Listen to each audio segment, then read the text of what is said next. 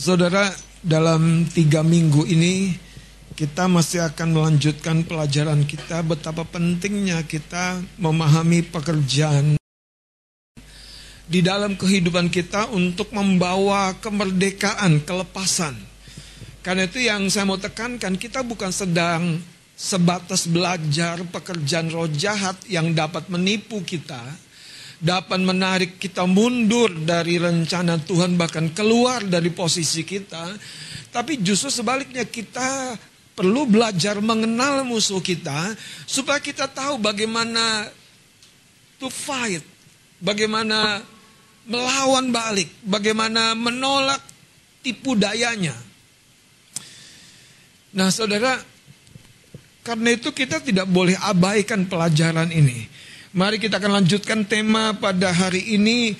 Jangan menjadi lebih buruk, pertahankan kelepasanmu. Kita akan lihat dari Matius pasal yang ke-12.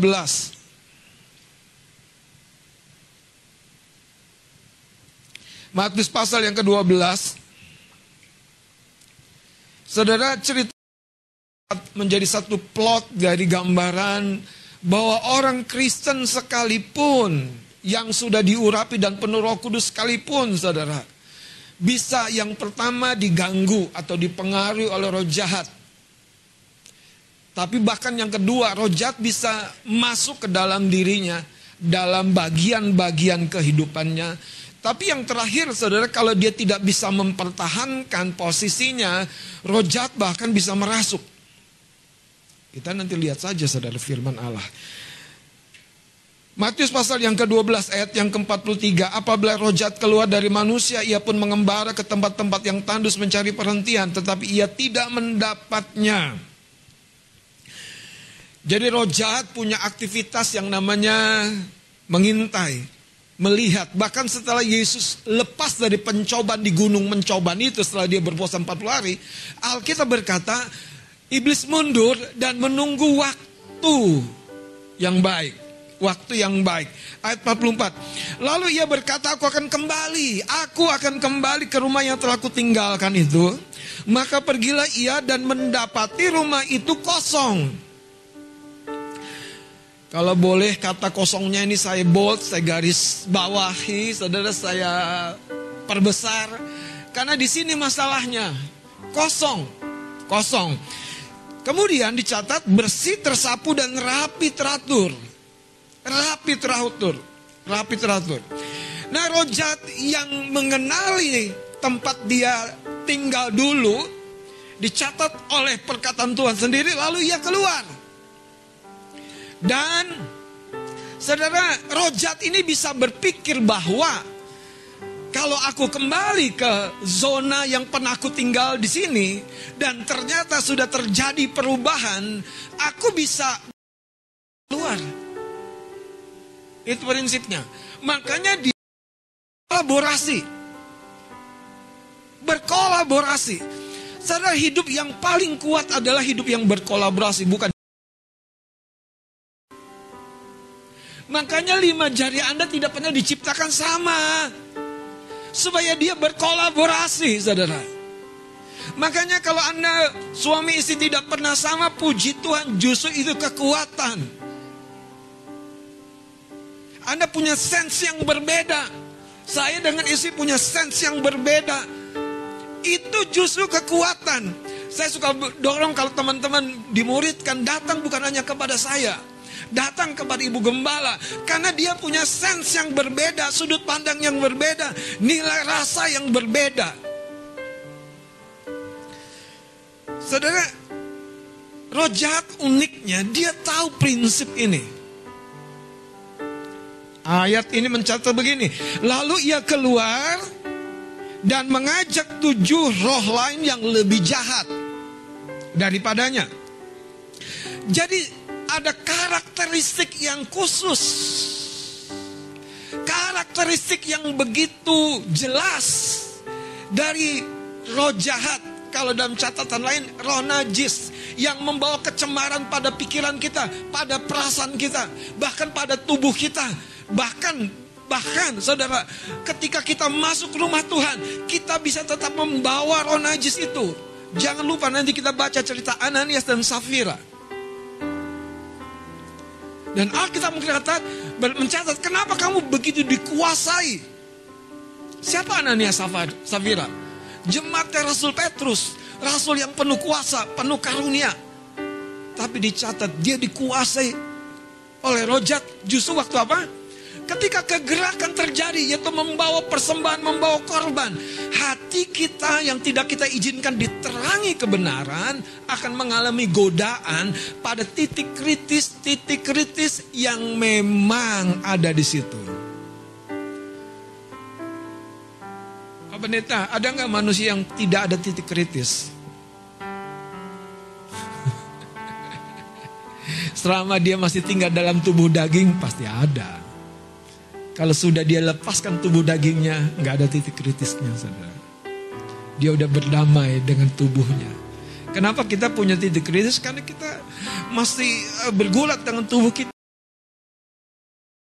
Roh penurut tapi iya.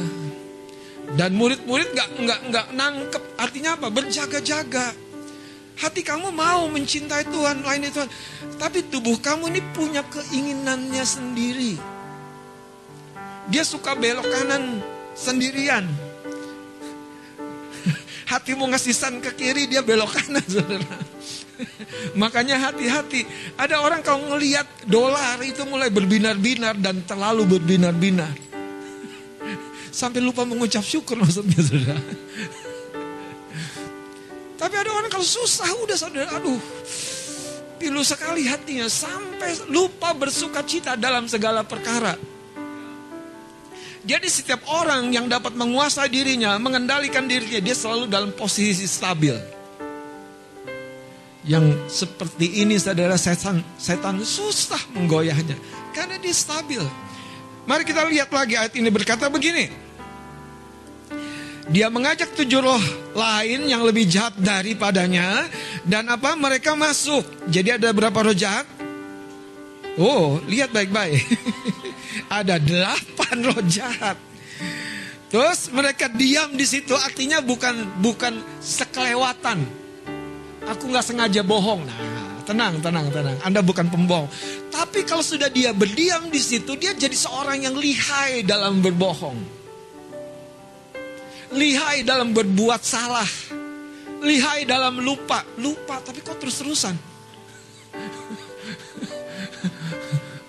Pi, kok gak jemput? Lupa.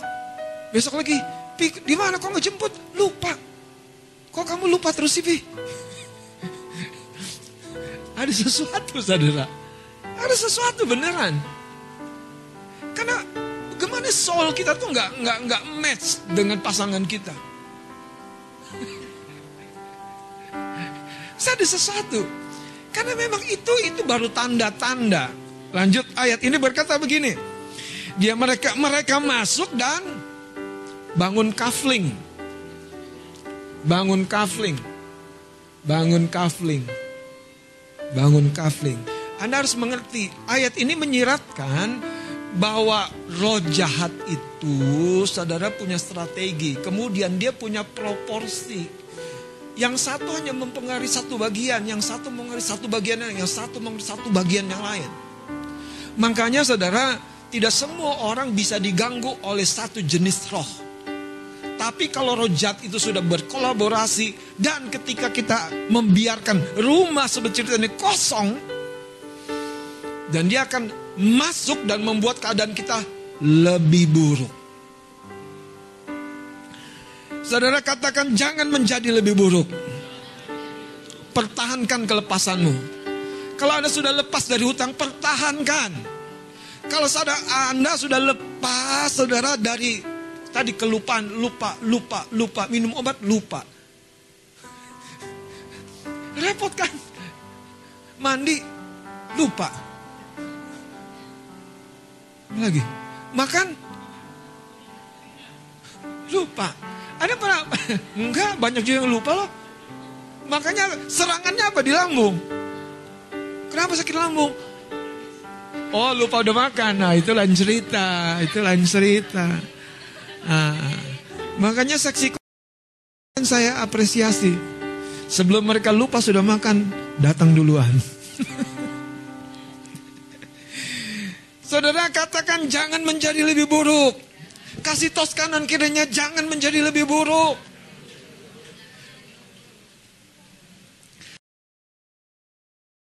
Titik kritis kita harus clean up, bersihkan. Kita tidak lagi dapat gampang-gampang sensi, gampang-gampang marah, gampang-gampang bingung, gampang-gampang lupa, gampang-gampang saudara semuanya. Karena itu artinya kita bukan penguasa atas diri kita, ada sesuatu lain. Lanjut ayat ini berkata saudara, maka akhirnya keadaan orang itu lebih buruk daripada keadaannya semula. Demikianlah juga akan berlaku atas angkatan yang jahat ini. Ada satu cerita lain saudara yang patut kita baca dalam Alkitab yang kiranya akan menolong kita mengerti saudara. Ini kebenaran yang luar biasa. Yohanes 5 ayat 14.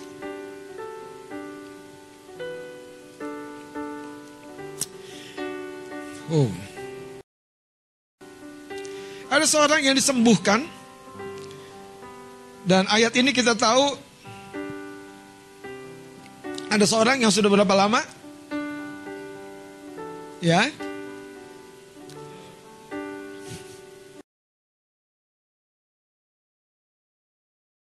Lama apa lama banget? Lama apa lama banget?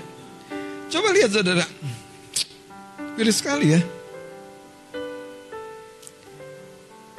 Ada orang yang sudah 38. Ayat 5 dikatakan di situ ada seorang yang sudah 38 tahun lamanya sakit. Dan Yesus datang dan bertanya, maukah engkau sembuh?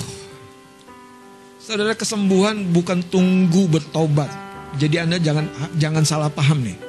Bukan berarti bertobat tidak penting. Justru setiap orang yang mengalami kemurahan Tuhan, yang mengalami kesembuhan tapi tidak bertobat, nah akan lebih buruk. Tapi Alkitab mencatat perlu bertobat, perlu. Penting banget. Tapi jangan bandingkan kemurahan Tuhan kita dengan dosa. Dosa nggak ada apa-apanya. Makanya ketika si bungsu kembali, yang Bapak lakukan peluk, terima dia. Tapi kemudian keinsafan itu datang begitu dalam si bungsu ini. Berapa banyak saudara kita salahkan kemurahan Tuhan karena kita nggak ngerti kebenaran. Seolah-olah Tuhan itu selalu penuh dengan segala aturan-aturan yang membuat kita tidak pernah bisa memanggil dia Bapa. Sekalipun kita sudah gagal, kita sudah berdosa. Sebab dia, Yesus, mati bukan untuk orang-orang benar. Dia, Yesus, mati bukan ketika kita sudah kembali. Dia justru mati dan memberi darahnya ketika kita masih sangat-sangat jahat. Itu namanya anugerah. Anugerah kita terima bukan ketika kita sudah layak. Tapi bicara bertobat, ini bicara yang serius. Tapi jangan pernah batasi, kalau engkau nggak bertobat, Tuhan gak bisa memberkatimu. Siapa bilang? Tuhan bisa memberkatimu. Tetapi konsekuensinya adalah, lihat cerita ini. Kalau kita baca, orang ini berkata tidak ada orang yang menolong dia. Anda tahu gak? Ada sesuatu yang menyelimuti pria ini, sehingga orang tuh gak jatuh belas kasihan. Saya menduga, orang ini seorang yang sangat selfish kepada dirinya. Sampai dia sudah begitu buruk 38 tahun, orang gak ada yang peduli. Setiap taburan yang baik selalu mendatangkan tuaian yang baik. Kalau orang ini tidak peduli, saya menduga sekali lagi, 38 tahun sepertinya zero dari belas kasihan dan kepedulian orang lain. Tapi Tuhan tetap peduli. Ini namanya anugerah. Makanya saudara, jangan hatimu melekat kepada manusia, katakan amin. Melekatlah kepada gembala jiwamu yang mengenalmu dengan sempurna. Yesus berkata apa? Coba lihat ayat yang ke-8. Bertobatlah. Begitu? Coba. Haleluya. Makanya saudara, kalau Anda betul-betul ketemu Tuhan, Anda tuh dapat dua-duanya. Kesembuhan, pemulihan, dan hati yang baru.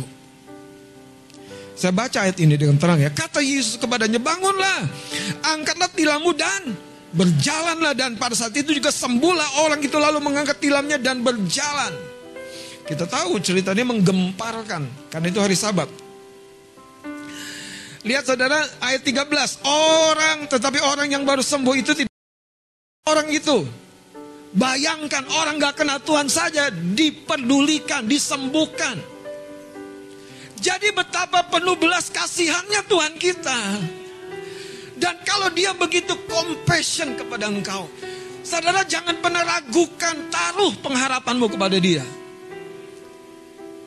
Wong 38 tahun mungkin dia sangat selfish mencintai dirinya dengan segala kebisaannya. Tapi Tuhan peduli. Ketika 38 tahun dia menderita sakit dan tidak ada solusi. Hari ini kalau engkau berpikir hidup kita tidak ada solusi, masih ada Tuhan yang peduli. Masih ada jalan, masih tersedia jalan. Dia Tuhan yang tidak pernah lupa. Bahkan kepada orang-orang yang lupa akan kasihnya. Betul saudara, coba lihat ayat ini. Ayat 14, tolong seorang baca. Ya. Kemudian Yesus bertemu dengan dia dalam bait Allah, ya. Lalu berkata kepadanya, apa yang Yesus tekankan? Lihat. Engkau telah sembuh. Engkau telah diberkati. Engkau telah menerima pertolongan. Engkau telah menerima jalan keluar. Tapi statement yang berikutnya tidak pernah Tuhan abaikan. Apa Tuhan katakan? Jangan berbuat dosa lagi. Jangan berbuat dosa. Ternyata kepedulian Yesus kepada dosa yang mungkin tidak dilihat orang-orang, tapi Tuhan tahu yang menjadi salah satu faktor si pria ini begitu menderita. Lanjutkan, dikatakan begini, ya, engkau jangan berbuat dosa lagi supaya padamu jangan terjadi yang lebih buruk. Tuhan kita maha baik, Tuhan kita maha setia. Saudara, kalau ada ayat berkata begini, yang menghalangi aku dengan engkau adalah segala dosamu, Anda harus tahu konteksnya ayat itu. Tapi bicara kemurahan dan anugerah Tuhan, Dia Allah. Makanya masalah yang terbesar itu sebetulnya saudara bukan dosa, tapi free will kita, kehendak bebas kita. Kita mau berubah enggak? Kita mau berubah enggak? Kita mau ganti cara hidup enggak? Kita mau ganti cara berpikir enggak? Kita mau ganti enggak? Kalau tidak kita ganti, ya jelas roh jahat ketemu lagi jalannya. Dari kesembronoan masuklah kehilangan. Dari cara hidup yang tidak baik, tidak benar, datanglah sakit penyakit dan sakit penyakit. Katakan jangan menjadi lebih buruk. Pertahankan kelepasanmu. Saya mau bertanya, boleh gak dijawab di hati masing-masing? Sudahkah Anda mempertahankannya? Atau Anda sekedar tahu, aku udah ditebus bang mulai dari, iya amin benar. Tapi hidupmu masih berjalan di dunia yang penuh pencobaan ini. Mari kita lihat saudara. Kenapa orang Kristen yang sekalipun sudah penuh Roh Kudus bisa diganggu begitu rupa,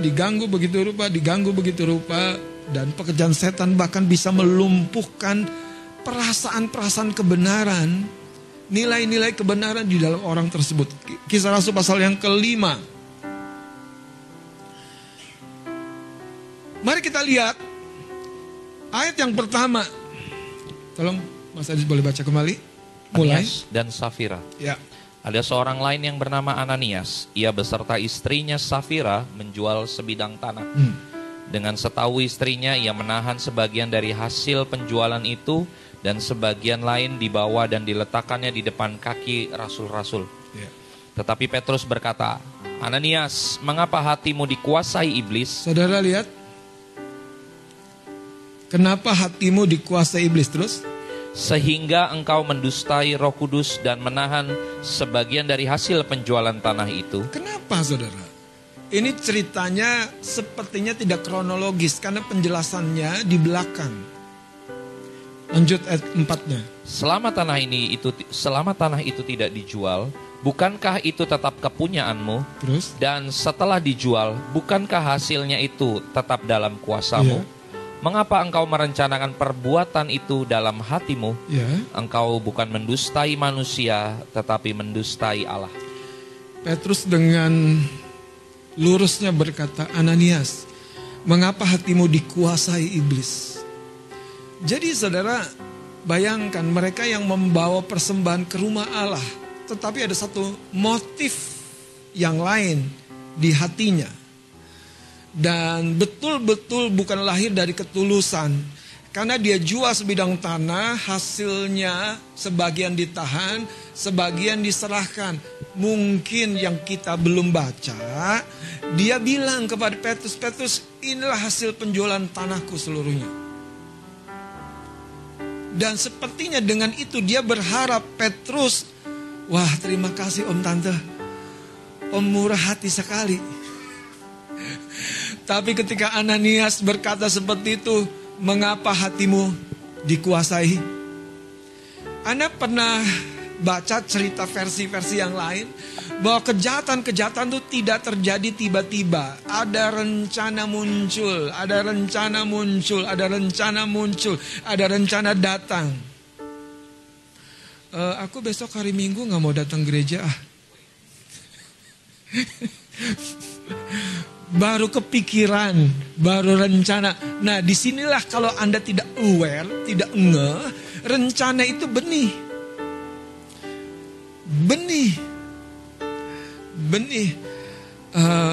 Pulang dari pelayanan aku mau tidurlah sepuas-puas. Ngeri kali saudara.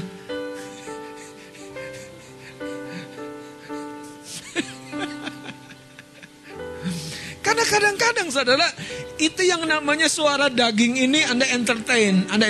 Iya, aku capek banget pelayanan. Aduh, apalagi aku seksi sibuk. Dekorasi aku datang, acara aku ketuanya. Penyalaan lilin aku tampil.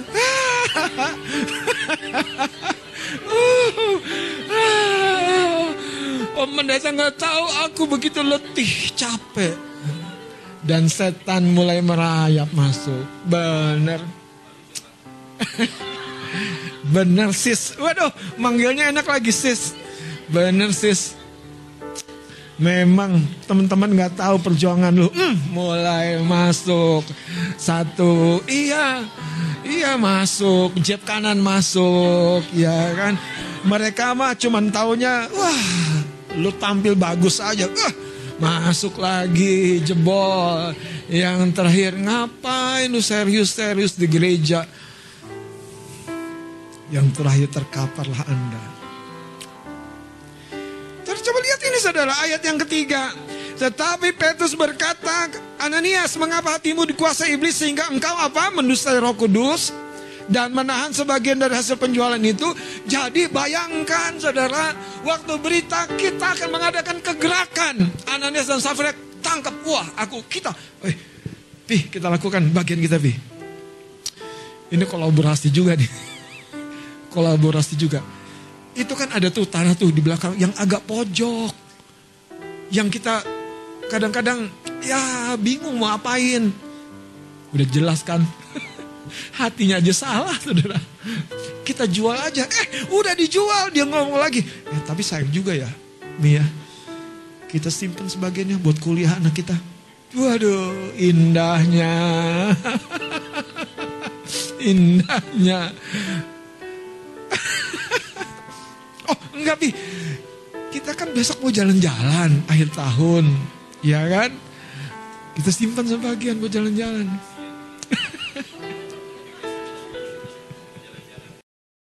Ananias dengan PD-nya membawa saudara hasil penjualan tanah itu dan kepada Rasul Petrus yang betul-betul dengan penuh Roh Kudus berkata, Ananias, mengapa engkau merencanakan? Anda tahu sih kalau kata merencanakan, itu artinya dia sudah tumbuh, berkembang di pikiran kita. Betapa seringnya anak-anak Tuhan tidak sense. Pikiran yang salah mulai berkembang, mulai. Dan ujungnya Anda masuk dalam perangkap. Mari kita akan lihat saudara 1 Tesalonika 5 ayat yang ke-23. Silakan Mas Adit boleh baca lagi. Ya, ayat 23. 1 Tesalonika 5 ayat yang ke-23. Semoga Allah damai sejahtera menguduskan kamu seluruhnya. Dan semoga roh, jiwa, dan tubuhmu terpelihara sempurna. Saudara lihat, Rasul Paulus berkata, semoga roh, jiwa dan tubuhmu dikuduskan sehingga terpelihara sempurna. Ananias mungkin berhasil bisnisnya, punya tanah lebih bisa dijual. Tapi ada jiwanya yang masih menyimpan kegelapan. Menyimpan kegelapan. Dan ketika dia datang kepada Rasul Petrus, itu sebetulnya dari kegelapan yang ada di dalam jiwanya. Saudara, area mana roh jahat sering tadi datang, ganggu, cobai, dan kemudian bahkan bisa masuk? Area mana? Tubuh? Aku sering sensi bang, di jiwamu aja. Kalau Anda sudah seperti orang gila digerasa, itu batinnya sudah kacau. Karena ternyata bukan hanya 1-2, bukannya 12 legion. Dan begitu luar biasanya ya, manusianya loh, ciptaan Allah itu luar biasa. Kalau dia dikendalikan roh, tubuh yang terbatas ini tiba-tiba jadi berubah, tidak terbatas. Makanya kalau Anda nanti mengerti, ada 2 hal singkat saya akan sampaikan. Bagaimana mempertahankan kelepasan yang sudah Anda terima. Yang pertama, Anda harus mengalami sebuah terang firman. Bukan hanya baca Alkitab, tapi Alkitab yang Anda baca itu memberi sebuah terang. Membuka mata pengertian Anda. Memberikan sebuah kesadaran batiniah. Sehingga Anda dapat melihat situasi Anda yang sedang terjadi ini kenapa. Nah, kalau firman yang Anda terima seperti ini membuka seperti 2 orang murid yang meninggalkan Yerusalem menuju Emmaus. Waktu Yesus bicara, hatinya berkobar-kobar dan lihat klik, lantas berbalik lagi ke Yerusalem. Ini firman yang membawa kelepasan. Kenapa? Karena firman itu masuk di relung hati 2 orang muridnya ini yang lagi galau. Saudara, saya berdoa lebih banyak lagi kita concern, peduli. Apakah kita dipenuhi oleh firman pada hari-hari kita yang 24 jam itu? Dan dipenuhi firman seperti apa? Apa firman seperti yang dilakukan oleh orang Farisi? Bahkan setan aja mencoba Yesus dengan firman. Saudara, setiap firman yang rema selalu dapat mudah tersimpan di hati. Makanya waktu dicoba, Yesus berkata, manusia bukan hidup dari roti saja, tapi juga apa? Steak dan teman-temannya. Kalau saya tambahin udang jahe sama kopi kalau pagi, enak. Tapi Anda tahu, itu spontan. Dan itu dicoba di area apa? Tubuh. Terus waktu dibawa ke bait Allah, jatuhkan di area mana? Makanya saudara, kalau Yesus saja dicobai setan, Anda berpikir yang udah penuh urapan, penuh Roh Kudus ini sudah dicobai. Hati-hati. Bahasa rohmu boleh kencang. Itu ukurannya. Ukuran yang pertama, firman yang rema itu menguasaimu lebih daripada perasaan-perasaanmu sendiri, lebih dari pikiran-pikiranmu sendiri. Firman yang rema itu yang Daud katakan, dia mencegah dia berdosa. Firman yang rema itu yang menghalangi Daud sebagai orang muda berdosa. Bahkan mau marah sama Saul yang mengejar-ngejar. Yang kalau kita bilang patut dong, marah dong. Dia udah keterlaluan. Nah, makanya banyak kita bilang gitu, dia udah keterlaluan, Om. Anda tahu kalau Anda diberkati Tuhan keterlaluan? Belum tahu kan? Makanya Daud itu diberkati Tuhan keterlaluan. Sampai dibilang, sungguh kebajikan dan kemurahan-Mu saja mengikuti aku seumur hidupku. Dia sudah lupain pahit-pahitnya tuh. Dia sudah lupain konflik-konflik. Dia sudah lupain semuanya. Now, I stay in your presence. Wow, saudara, hidup yang begini betapa merdekanya. Mari kita lihat saudara Yohanes.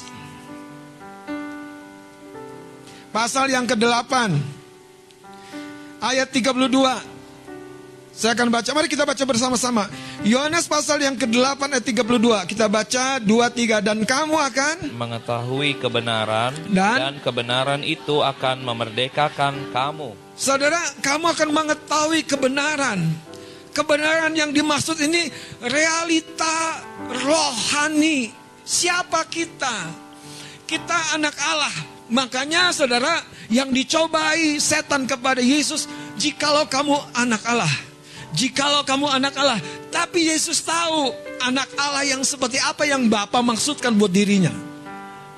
Makanya pencobaan-pencobaan yang datang kepada dirimu itu tentang dirimu. Kalau saudara tentang dirimu, itulah engkau. Hari ini saudara, mana mungkin orang yang tidak atau belum bekerja dicoba. Di pekerjaan dia yang belum kerja mau dicobai.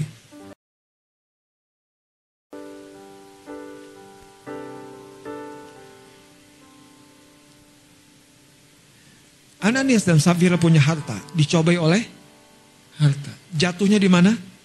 Di dusta, di kesombongan, di pride. Ada seorang lagi murid Tuhan yang begitu dekat dengan Yesus, namanya Simon Petrus. Dia seorang yang gagah, seorang yang cepat tanggap, seorang yang responsif, seorang yang kalau menerima komando Tuhan, datanglah, air aja dia lupa itu air. Dia melangkah keluar, ya kan? Kalau lebih banyak jemaat seperti itu mantap kan kita, Bang Horas? Untungnya Petrus itu cepat juga sadarnya. Ada orang tuh, waduh, di ujung sana kalau udah babak belur baru sadar. Itu sayang sekali, sayang sekali. Saudara jangan kehilangan blessingmu, jangan kehilangan berkatmu. Beberapa hari yang lalu saya memang itu bagian kami lah, Tuhan kasih mimpi saudara. Kita seperti ada sebuah retreat di sebuah pantai, dan pantai itu sedang kembali pasang, jadi sebelumnya surut. Dan pantai yang pasang itu jadi pantai yang indah, yang enak. Dan di situ saya melihat ada 2 orang pria datang sama saya, dan dalam perasaan saya tahu orang ini seperti nelayan, orang yang tidak asing dengan tempat itu. Dan yang satu lompat saudara ke pantai yang sudah pasang itu.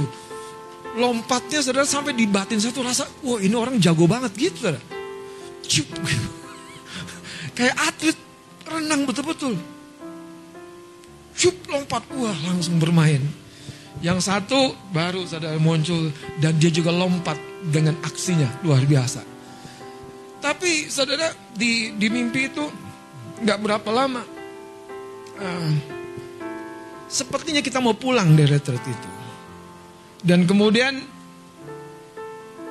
ketika saya seperti ada di parkiran hendak berangkat, ada sebuah seperti tempat tidur, seperti keranda, tapi isinya dua bungkusan, karena bukan peti, 2 bungkusan dari pribadi yang sudah meninggal. Saudara, ketika saya alami mimpi itu, waduh, siapa ini? Dua ini. Tenang, yang wanita tenang.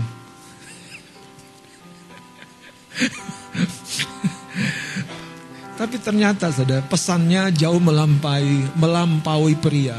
Tuhan bilang begini, di hari-hari ini kita akan melihat sesuatu yang sudah familiar dengan diri kita.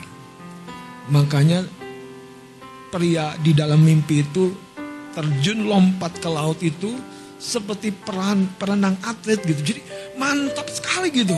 Saya gitu. Tapi saudara, ujungnya dibungkus peti, dibungkus bungkusan jenazah.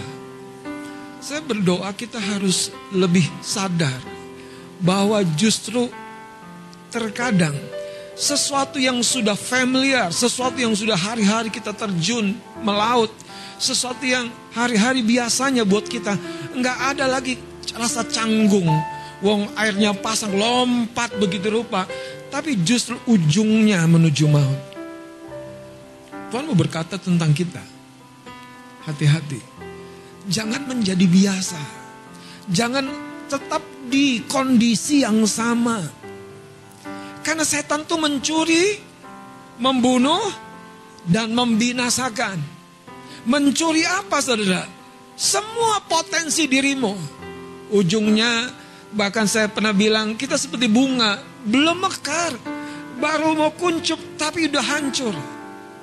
Karena setan dengan liciknya memakai berbagai-bagai cara untuk membuat kita tadi begitu pede, begitu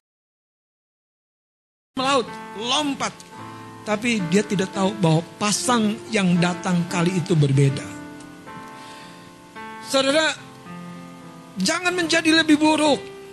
Pertahankan ketika Anda sudah mengalami kelepasan. Yang pertama, hidup. Jangan abaikan waktu-waktu engkau merenungkan firman. Dan jangan terus saudara di level yang dasar. Bangun saudara, kecintaanmu dengan firman. Bangun kecintaanmu dengan firman. Yang kedua saudara, mari kita buka 2 Korintus pasal 3 ayat 17. Mari kita baca bersama-sama kembali. 2 Korintus 3 ayat 17, kita akan baca 2-3. Sebab Tuhan adalah roh, dan di mana ada roh Allah, di situ ada kemerdekaan. Saudara, yang dimaksud ini bukan sekedar penuh Roh Kudus, bukan sekedar bahasa roh. Tapi yang dimaknai dalam pesan Paulus kepada jemaat Korintus ini adalah ketika Roh Kudus leluasa bekerja. Leluasa saudara menyatakan pekerjaannya, menginsafkan, menyadarkan, mengingatkan. Dan ketika roh Allah ada di dalam hidup kita, hari ini coba, apakah persekutuan kita dengan Roh Kudus di level itu? Mengarahkan langkah kita, memberi terang pada mata kita, perasaan kita. Atau kita rasanya udah gak rasa apa-apa. Di situ bahayanya saudara. Seorang hamba Tuhan yang dipakai dalam pelayanan pelepasan, satu ketika dia tanya sama hamba Tuhan senior, Prophet TB Joshua, kenapa kami yang dipakai Tuhan dalam pelayanan pelepasan justru ketika didoakan itu manifest roh jahatnya. Dan bukan hanya satu, bukan hanya dua.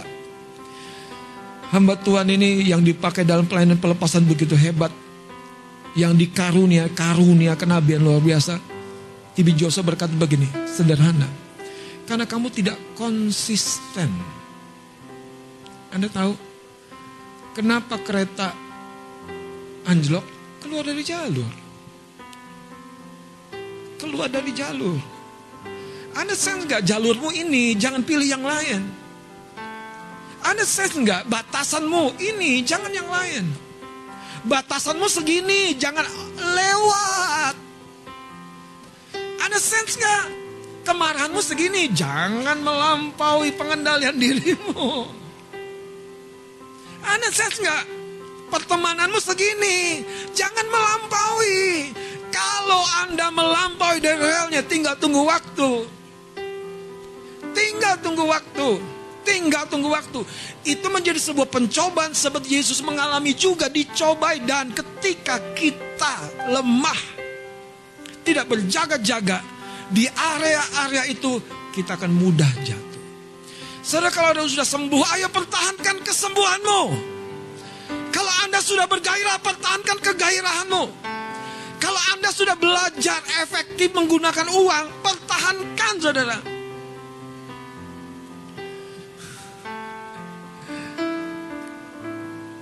Saya dengan istri, tadi pagi aja di cerita yang kecil.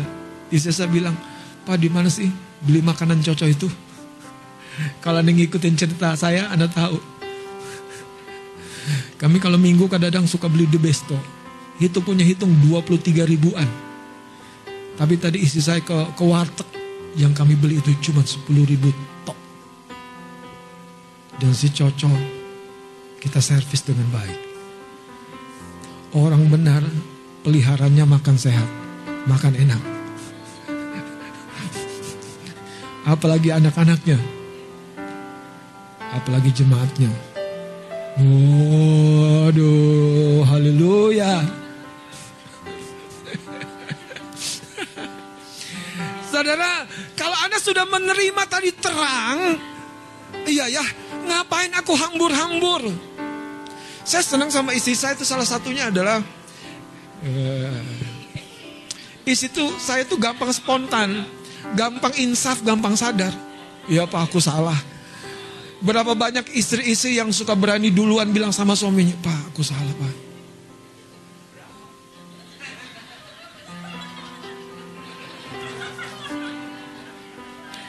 Berapa banyak suami-suami yang berkata, aduh Mi, maaf Mi, aku belum jadi contoh.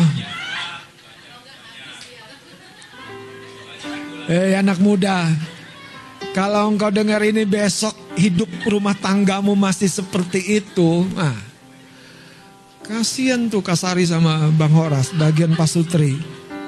Makin banyak pergumulannya. Bertobat, katakan bertobat. Saudara, gini loh, ngakuin salah tuh gampang aja. Bukan berat-berat, gak enak, malu. Justru itu tipuannya di jiwa kita. Makin malu Anda, makin sungkan Anda mengakui kesalahan Anda, makin habis dirimu. Engkau pikir engkau bisa menang, padahal engkau udah sekian bulan kalah. Bulan ini kalah lagi, bulan ini kalah lagi, bulan ini kalah lagi.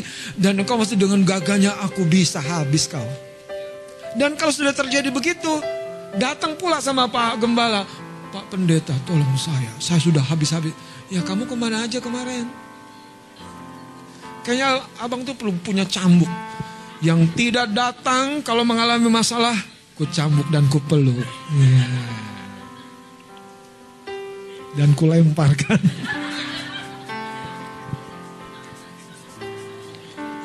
Kirain baik-baik saja.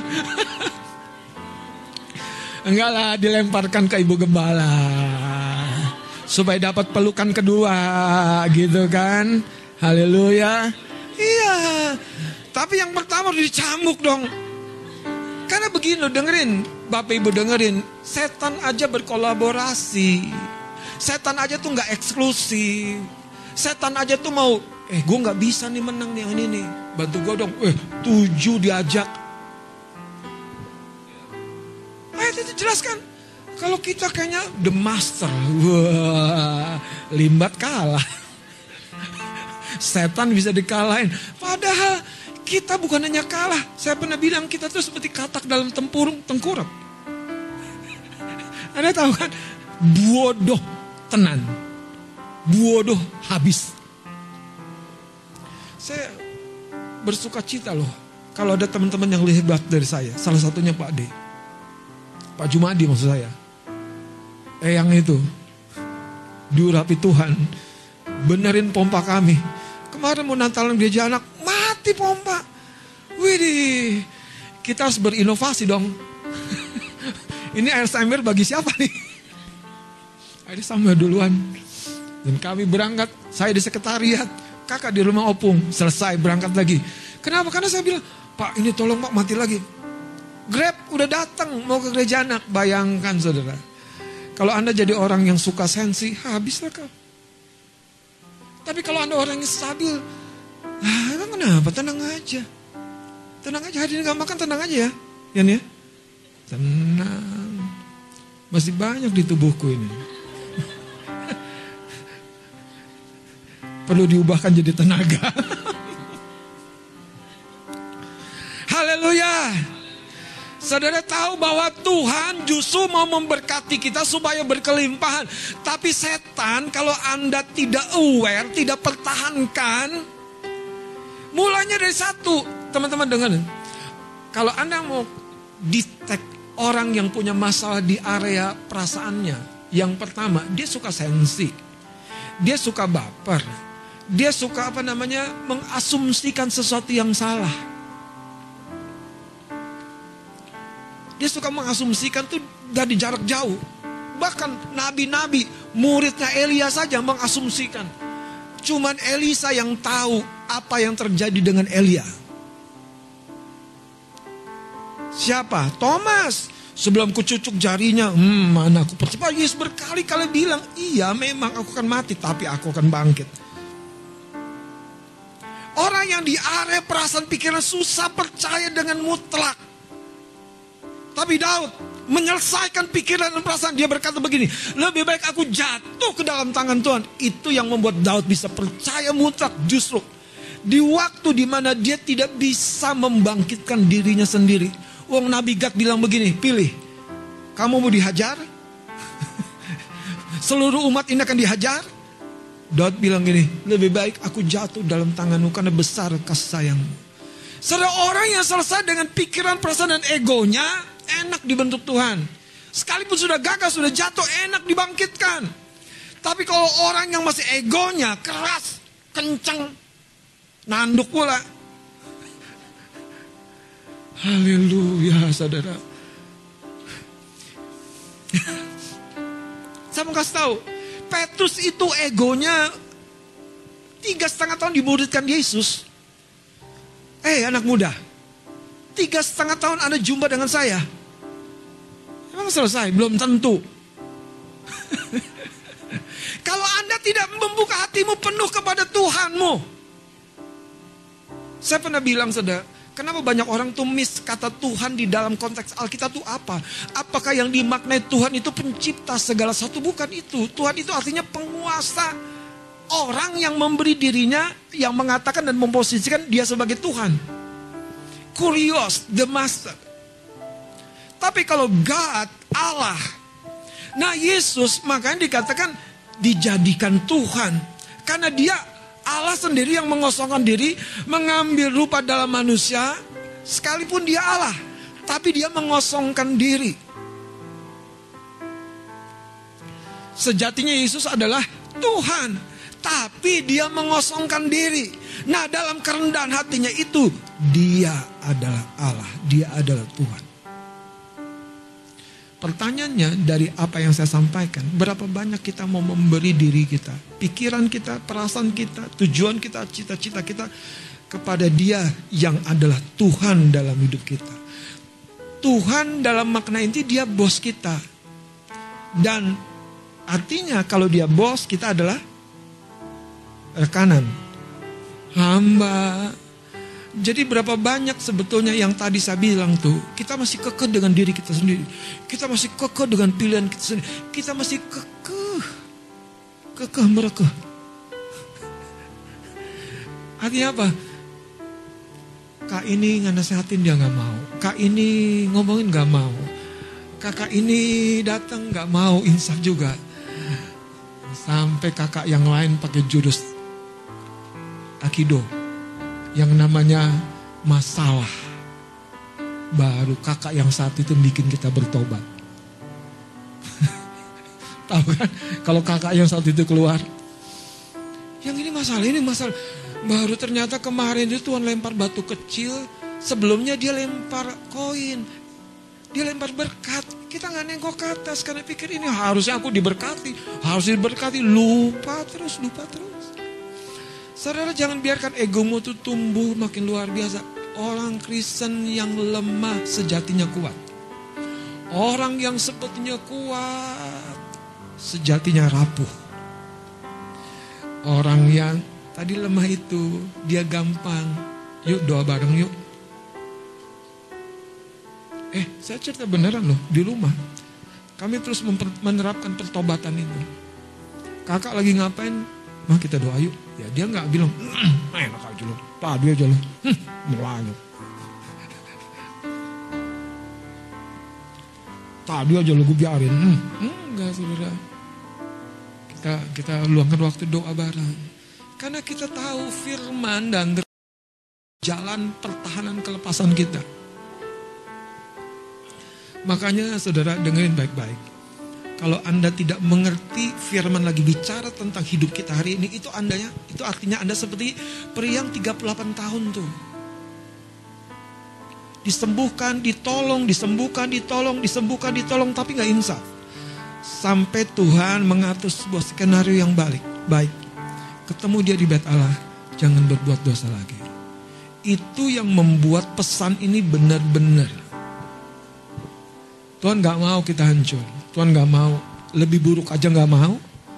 Tuhan mau memberkati kita dari kemuliaan kepada kemuliaan, amin. Mari kita bangkit berdiri.